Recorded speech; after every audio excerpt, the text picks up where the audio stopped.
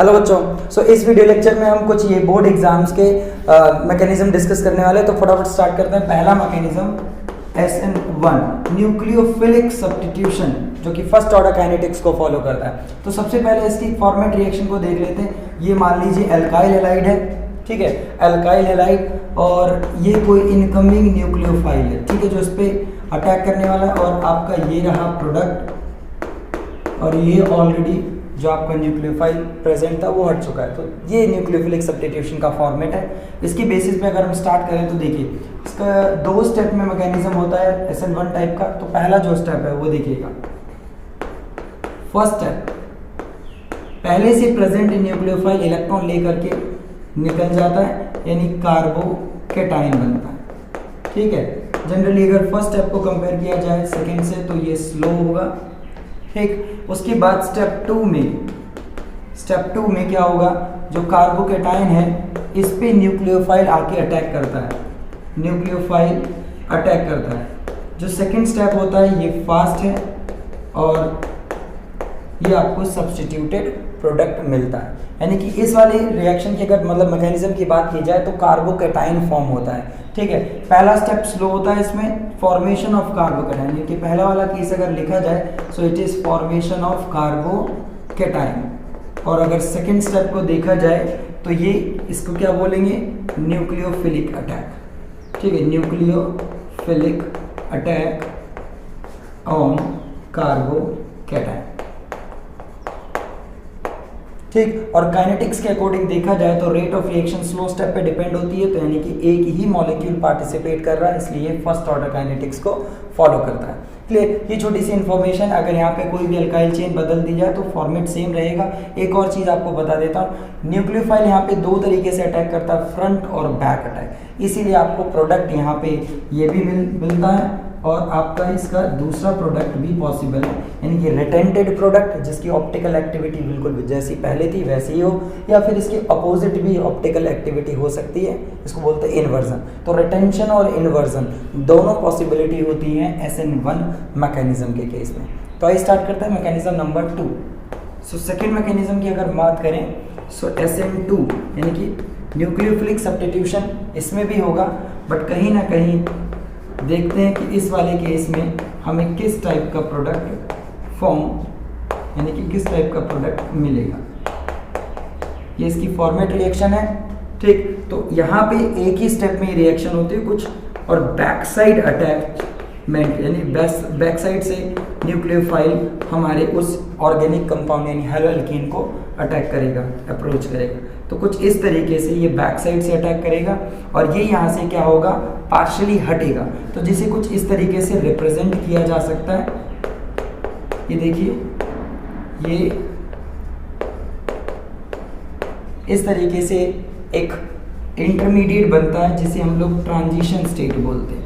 क्या बोलते हैं, ट्रांजिशन स्टेट। भाई इस वाले केस में हुआ ये कि पहले से प्रेजेंट हेलोजन जो आपका न्यूक्लियोफाइल था वो हट नहीं पाया, अभी वो धीरे धीरे अपने आप को यहाँ से हटा रहा है। और जो न्यूक्लियोफाइल है ये वाला बड़ा ही बेसब्र न्यूक्लियोफाइल है, ये साइमल्टेनियसली पीछे से वार करता है, पीछे से अटैक कर देता है, चाहे वो अभी हटाओ या ना हटाओ। तो यहाँ से ये अपनी जगह पूरी करने लगता है, मतलब इससे अटैचमेंट कर लेता है। हालांकि अटैचमेंट अभी पार्शियल है, और इधर से ये हटने लगता है, ये डिटैचमेंट अभी पार्शियल है।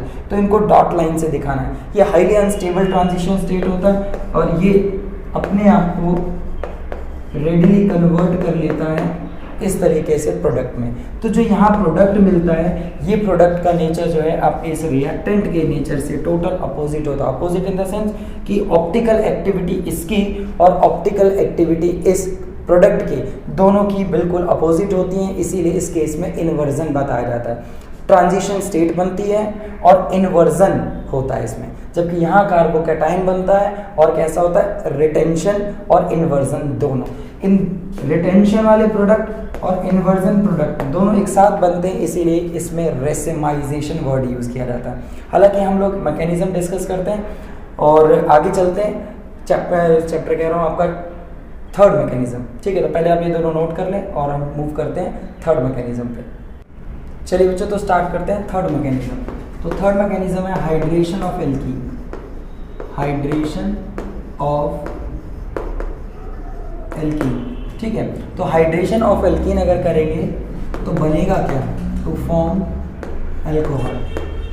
तो चलिए एक एग्जांपल लेते हैं इस एल्कीन मतलब इस पर्टिकुलर रिएक्शन को समझाते हैं। तो मान लीजिए कि मेरे पास ये एल्कीन है, ठीक है, प्रोपीन अनसिमेट्रिकल एल्कीन है, वाटर हम लोग ऐड करेंगे इन प्रेजेंस ऑफ H+, ये एज ए कैटलिस्ट काम करेगा in presence of acid.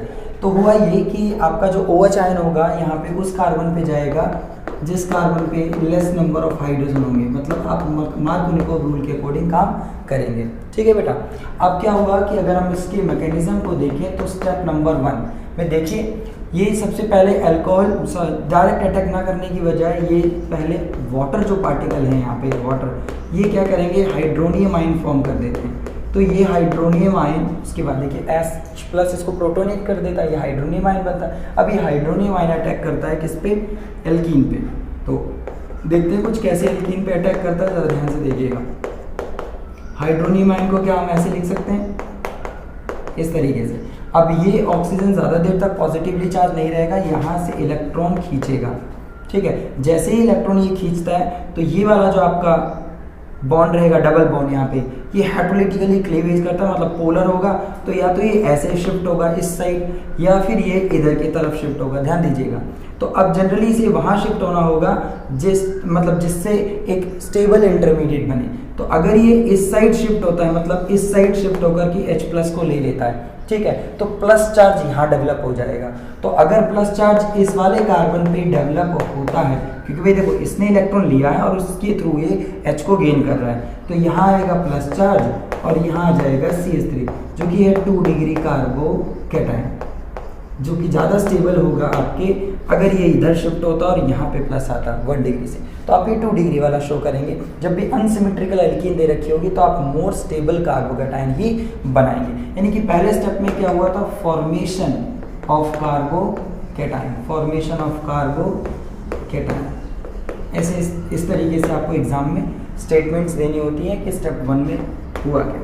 Step 2 की अगर बात करें तो ये जो कार्बोकैटायन है इस पे देखिए, यहाँ से आपका जो H+ निकलने के बाद में H2O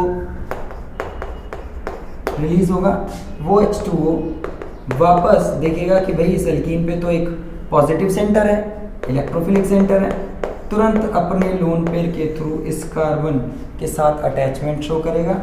और देखिए प्रोडक्ट क्या कुछ रहने वाला है, देखिए, ठीक। तो इस वाले स्टेप में क्या हुआ, न्यूक्लियोफिलिक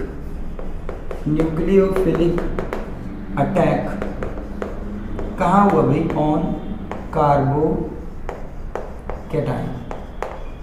न्यूक्लियोफिलिक अटैक हुआ कहाँ हुआ, कार्बोकैटायन के ऊपर। अच्छा, स्टेप नंबर 3 की बात करें तो चेक करते हैं क्या हुआ। तो अब आप देखेंगे कि आपका प्रोडक्ट बस थोड़ी ही दूरी पे है। तो ये रहा आपका प्रोटोनेटेड अल्कोहल, इसको मैं इस तरीके से दिखाऊंगा, प्लस चार्ज है, और ये आपका CH3। अब देख पाएंगे कि यहाँ पे कोई एक प्रोटॉन अब जाएगा, यानी डीप्रोटोनेशन होगा, क्योंकि जो एसिड का H+ स्टार्टिंग में इन्वॉल्व हुआ था उसने रिएक्शन करा दी और ये वापस रिलीज आउट हो जाएगा। तो इस स्टेप को बोलते हैं डीप्रोटोनेशन,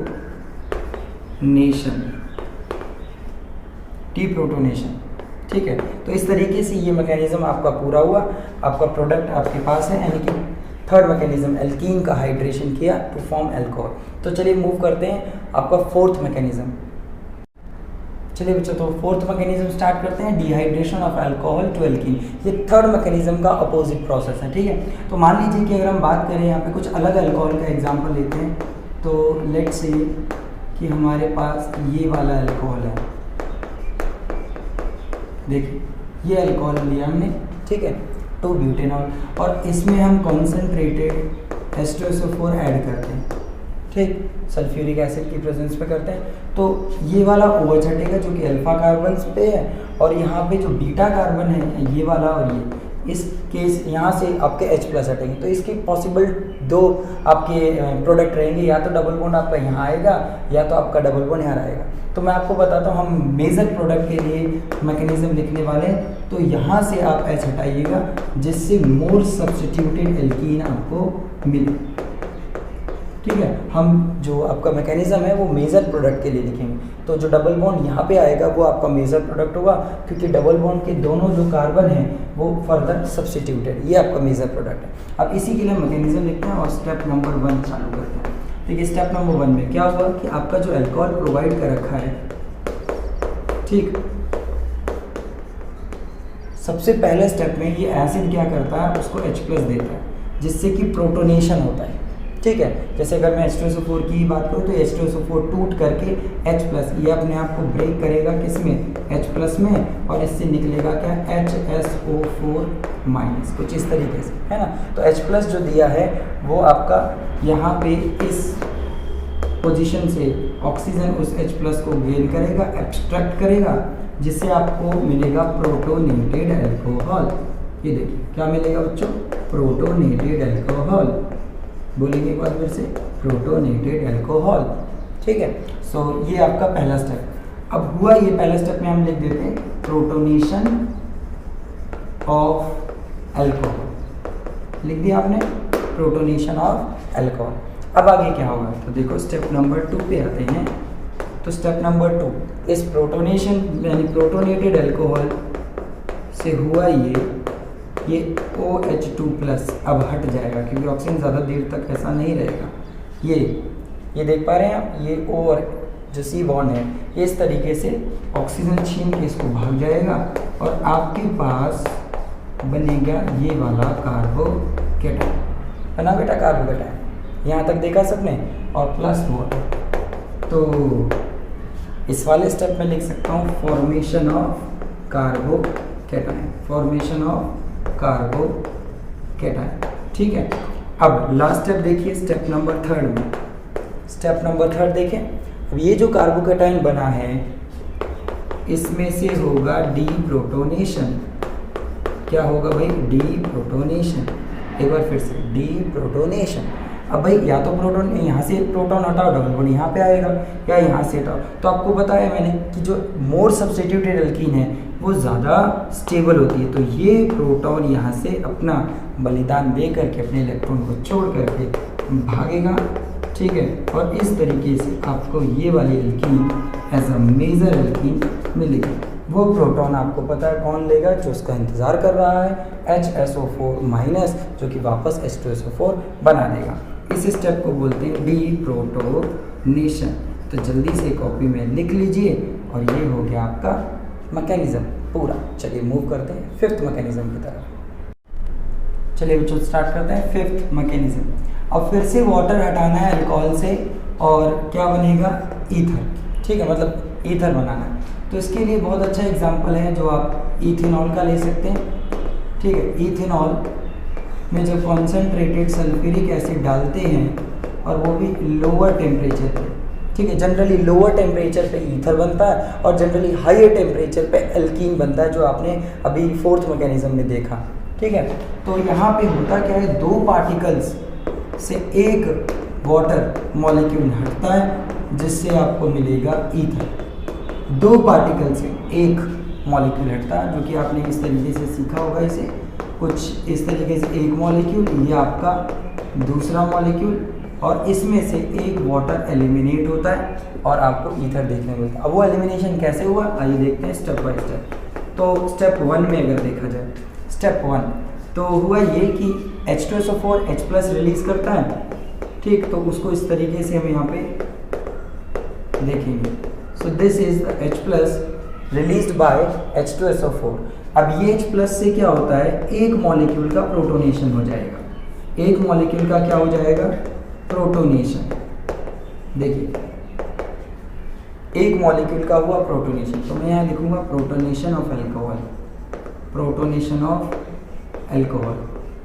अब इसमें अगले स्टेप में होगा क्या कि जो प्रोटोनेटेड अल्कोहल है उसमें से हटेगा वाटर, कि आपको पता है ऑक्सीजन ज़्यादा देर तक इंतज़ार नहीं करेगा, इलेक्ट्रॉन छीनने की कोशिश करेगा किसी साइड से, और तुरंत दूसरा वाला अल्कोहल मॉलिक्यूल, भाई दो है ना, एक और मॉलिक्यूल, वो देखेगा कि ये वाला कार्बन से इलेक्ट्रॉन बेचारे जा रहे हैं, तो तुरंत उसको इलेक्ट्रॉन पीछे से प्रोवाइड करेगा।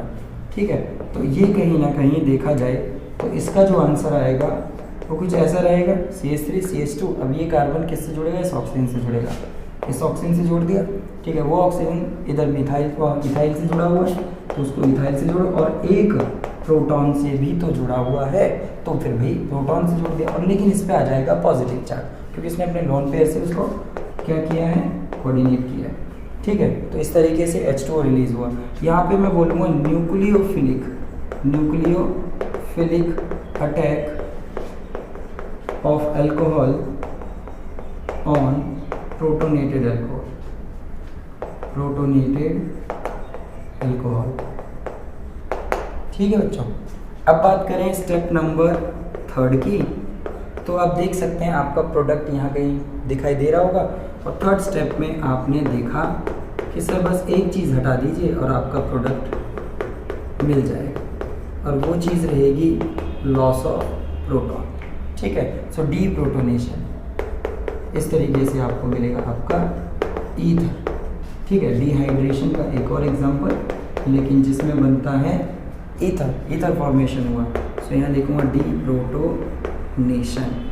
जल्दी से अच्छे से कॉपी में लिख लें, ऐसे ही स्टेप बाय स्टेप आपको मैकेनिज्म अपने बोर्ड एग्जाम में सॉल्व करने हैं विद कंप्लीट स्टेटमेंट। और एरो बहुत सही तरीके से दिखाइएगा, क्योंकि ये जो आपके कर्व्ड एरो हैं ये साफ रिप्रेजेंट करते हैं कि कौन कहाँ से हटा और कौन कहाँ पे जुड़ा।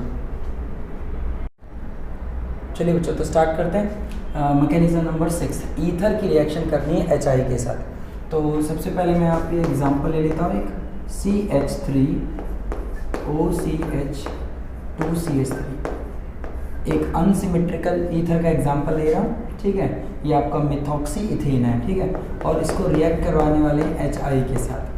ठीक, HI के साथ, तो इसका जो प्रोडक्ट मिलता है वो मैं आपको बताता हूँ। सबसे पहले प्रोडक्ट जो अनसिमेट्रिकल के केस में बताया जाता है कि छोटी अल्काइल चेन के साथ आपका हैलोजन लगाना। ठीक है, और बड़ी अल्काइल चेन के साथ आपका H लगेगा, मतलब कहीं ना कहीं वो फिनॉल कह रहा हूँ अल्कोहल बनेगा।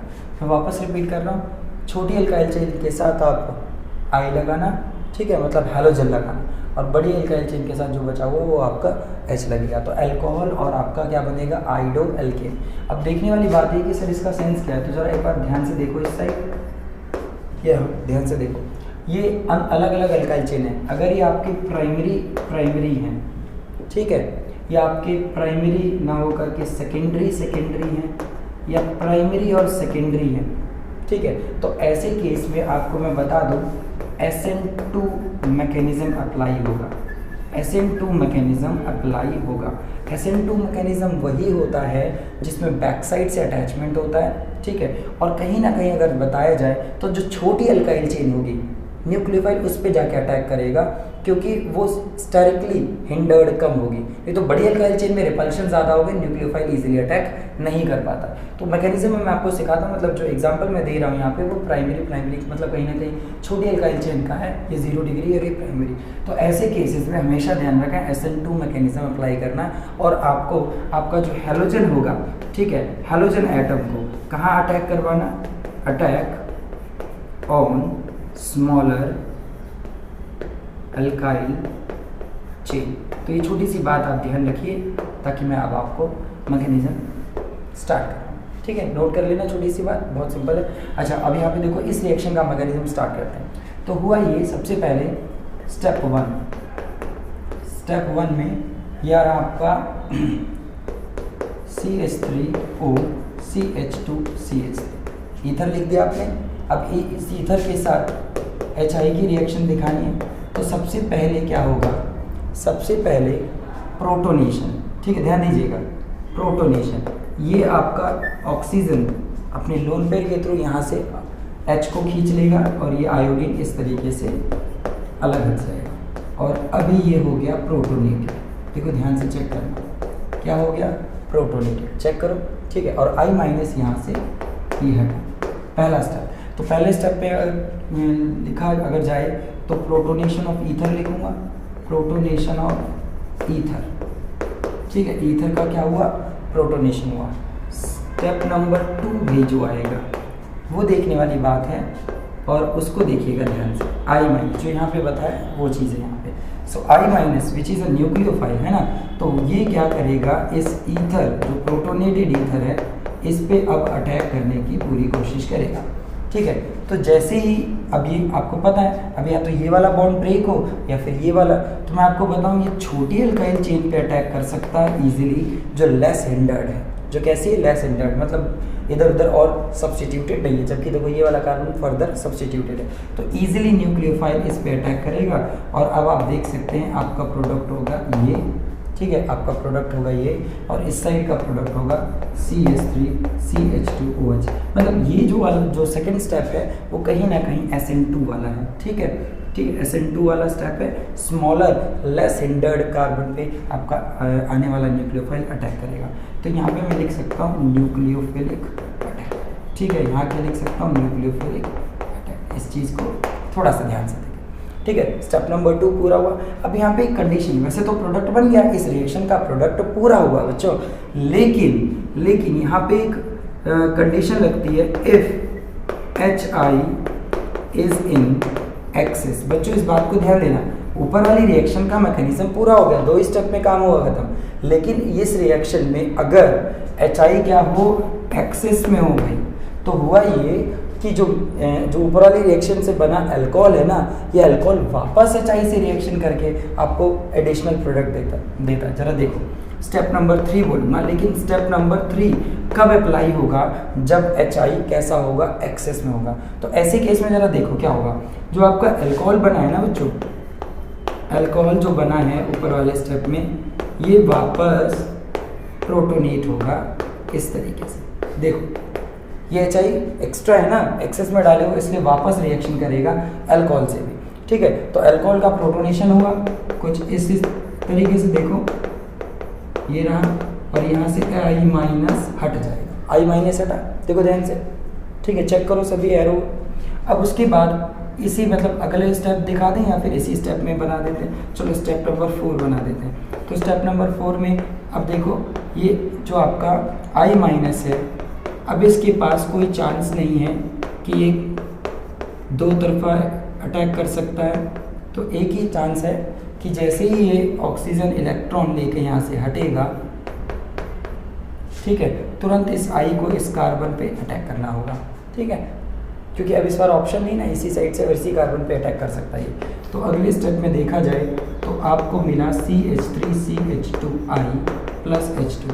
मतलब आप देख सकते हैं कि पहले केस में जब नॉर्मल लिमिटेड अमाउंट में डाला तो एक तरफ आइडो का प्रोडक्ट मिला, एक तरफ अल्कोहल, और अगर ये एक्सेस में तो ऐसे ही HI वापस रिएक्शन करेगा। ठीक है, और आपको प्रोवाइड करेगा ये वाला प्रोडक्ट, लेकिन कंडीशन ये है कि एक्सेस लिखा होना चाहिए। ठीक है, या वो आपको बताएं कि वो आपने एक्सेस में लिया हुआ। तो इस तरीके से देखिए मैंने आपको कंप्लीट प्रोडक्ट एक्सेस वाले केस की भी बता दी और लिमिटेड वाले भी बता दिए। तो ये पूरा अच्छे से एक बार नोट कर लें अपनी कॉपी में और बढ़ते हैं अपने हमारे अगले मैकेनिज्म की तरफ। चलिए तो स्टार्ट करते हैं अगला मैकेनिज्म, न्यूक्लियोफिलिक एडिशन और एल्डिहाइड्स एंड कीटोन्स। ठीक है, एल्डिहाइड या कीटोन पे दोनों ही कंपाउंड्स को एक साथ अगर काउंट करें तो कार्बोनाइल कंपाउंड्स कहा जाता है। क्या कहते हैं? Carbonyl compound. तो यहाँ पे हम लोग एग्जांपल ले लेते हैं कि मान लीजिए कि हमारे पास ये एल्डिहाइड है या फिर H की जगह अगर R हो अवेलेबल तो ये कीटोन भी हो सकता है। ठीक है, तो अब मान लीजिए कि हम इसमें HCN की रिएक्शन करा रहे हैं। ठीक, तो आपको पता है एल्डिहाइड का जो CO ग्रुप होता है या कीटोन का जो ये CO ग्रुप है, इसका ये वाला कार्बन पार्शियली पॉजिटिव और इसका नेगेटिव होता है। फिर जब ये बॉन्ड पूरी तरीके से ट्रांसफर हो जाता है, ठीक है, तो ये आने वाला न्यूक्लियोफाइल इस कार्बन पे जिसे इलेक्ट्रोफिलिक सेंटर भी कहते हैं उस पे जाके जुड़ेगा और यहाँ पे बाकी के ग्रुप एज इट इज। उसके बाद ये H इस ऑक्सीजन पे जाके अटैच होगा और कुछ इस टाइप से हमें एक प्रोडक्ट एडिशन प्रोडक्ट देखने को मिलेगा। अगर हम इसके मैकेनिज्म की बात करें तो स्टेप नंबर 1 में देखिए कैसा होता है, कुछ इस तरीके से मैं इसे आपको दिखाता हूँ। ये आपका H और ये आपका R, यहाँ पे H और R कोई भी हो सकता है। ये आपका एक ही प्लेन में बना होता है। ठीक है, एक ही प्लेन में ये सारे के सारे एटम अवेलेबल हैं, प्लेनर स्ट्रक्चर होती है। अब हुआ ये कि इसमें आएगा न्यूक्लियोफाइल। स्टेप नंबर 1 में न्यूक्लियोफाइल ये HCN 2 टुकड़ों में टूटता है, H+ और Cn-। तो यहाँ पे क्या होगा, जो Cn माइनस होगा वो अटैक करेगा यहाँ इस तरीके से, ठीक है। ध्यान देना, परपेंडिकुलर अटैक करेगा। न्यूक्लियोफाइल अटैक्स ऑन इलेक्ट्रोफाइल या electrophilic centre of CO group, ठीक है, परपेंडिकुलरली। इस बात को ध्यान रखना है, न्यूक्लियोफाइल परपेंडिकुलर आके अटैक करता है, और ये जो स्टेप होता है ये स्लो स्टेप है और ये रिवर्सिबल भी होता है, ठीक है। तो इसका प्रोडक्ट देखिए क्या बनेगा, ये जो कार्बन है ये इस तरीके से इससे जुड़ेगा, ठीक, CN से, और ये बाकी के जो ग्रुप हैं ये टेट्राहेड्रल फॉर्मेट में आ जाएंगे, ये R, ये H और R और ये O माइनस, इस तरीके से। मैं वापस रिपीट कर रहा हूँ, न्यूक्लियोफिलिक एडिशन या अटैक ऑन कार्बोनाइल कार्बन, ये वाला जो कार्बन है ये आपका इस तरीके से डेफिशिएंट रहता है, जैसे ही अटैक होगा तो ये पूरी तरीके से ऐसे ट्रांसफर हो जाता है। तो इस तरीके से हमारे ये रिजल्ट आता है। परपेंडिकुलर अटैक होता है इस प्लेन के, जिसमें आपकी ये CO ग्रुप यानी कि ये पूरा का पूरा जो CO ग्रुप है वो अवेलेबल है। स्टेप नंबर 2 में बहुत ही सीधा है, कोई दिक्कत नहीं है, क्योंकि ये आपका जो प्रोडक्ट बना हुआ है इसका प्रोटोनेशन होगा। क्या होगा? प्रोटोनेशन। तो इस तरीके से बड़ा ही सीधा है ये स्टेप। और पहले स्टेप की बात करें तो स्लो होता है, दूसरा स्टेप फास्ट होता है। तो ये इस तरीके से अटैक करेगा और आपका ये वाला टेट्राहेड्रल फॉर्मेट में आपको ये प्रोडक्ट देखने को मिलेगा। तो इस तरीके से न्यूक्लियोफिलिक एडिशन होता है। तो चलिए स्टार्ट करते हैं। लास्ट आपका 8th एस्टरिफिकेशन का मैकेनिज्म। चलिए तो स्टार्ट करते हैं बेटा एस्टरिफिकेशन का मैकेनिज्म। अभी एस्टरिफिकेशन का मतलब क्या होता है? एस्टर की फॉर्मेशन होता क्या है कि कार्बोक्सिलिक एसिड जो है आपका, अगर इसको हम अल्कोहल से ट्रीट करें, ठीक है, अल्कोहल या फिनॉल से ट्रीट करें in presence of acid, in presence of acid, तो होता क्या है कि आपका कुछ इस तरीके से एस्टर बनता है RCO ग्रुप। यहाँ से ये आपको हटाना होता है और यहाँ से H हटाना होता है।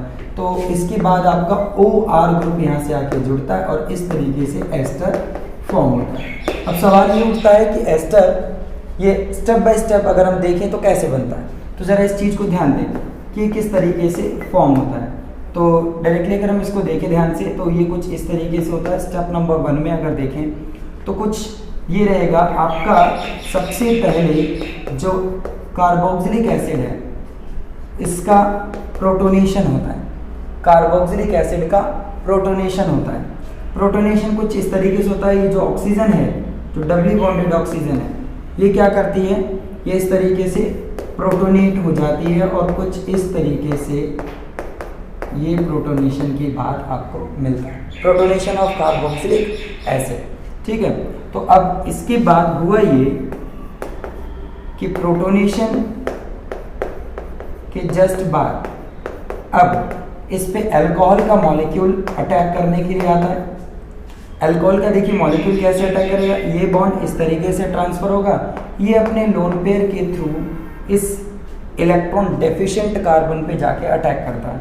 तो जरा देखो कुछ RCOH और ये वाला इधर आके अटैच होगा, तो देखिए ऑक्सीजन से अटैचमेंट होगा। ऑक्सीजन एक तरफ H से जुड़ा है, एक तरफ R से जुड़ा हुआ है। H मतलब H और R से जुड़ा हुआ है। इस ऑक्सीजन पे पॉजिटिव चार्ज आएगा और ये इस तरीके से आपको कुछ मॉलिक्यूल मिलेगा, ठीक है, यहाँ तक। इसके बाद अगले स्टेप में, स्टेप 3 में प्रोटॉन ट्रांसफ़र होता है, ठीक है, ध्यान दीजिएगा। प्रोटॉन ट्रांसफ़र क्या मतलब है? प्रोटॉन ट्रांसफ़र का जरा देखिए, ये प्रोटॉन इस ऑक्सीजन द्वारा ले लिया जाएगा और ये कुछ इस तरीके से, देखिए इस चीज़ को ध्यान दीजिएगा। ये प्रोटॉन ये साथ वाला OH का ऑक्सीजन ले लेता है और ये बन जाता है OH2 प्लस और ये रह जाएगा आपका OR। This is proton transfer, ठीक है। अब आगे क्या हुआ, अब जरा देखें, अब आगे होगा रिमूवल ऑफ, ठीक, रिमूवल ऑफ H2, ठीक है। तो ज़रा देखो, चेक करते हैं अगले स्टेप में क्या कुछ होने वाला है। OH2 प्लस लिखा है और यहाँ पे OR लिखा हुआ है, ठीक।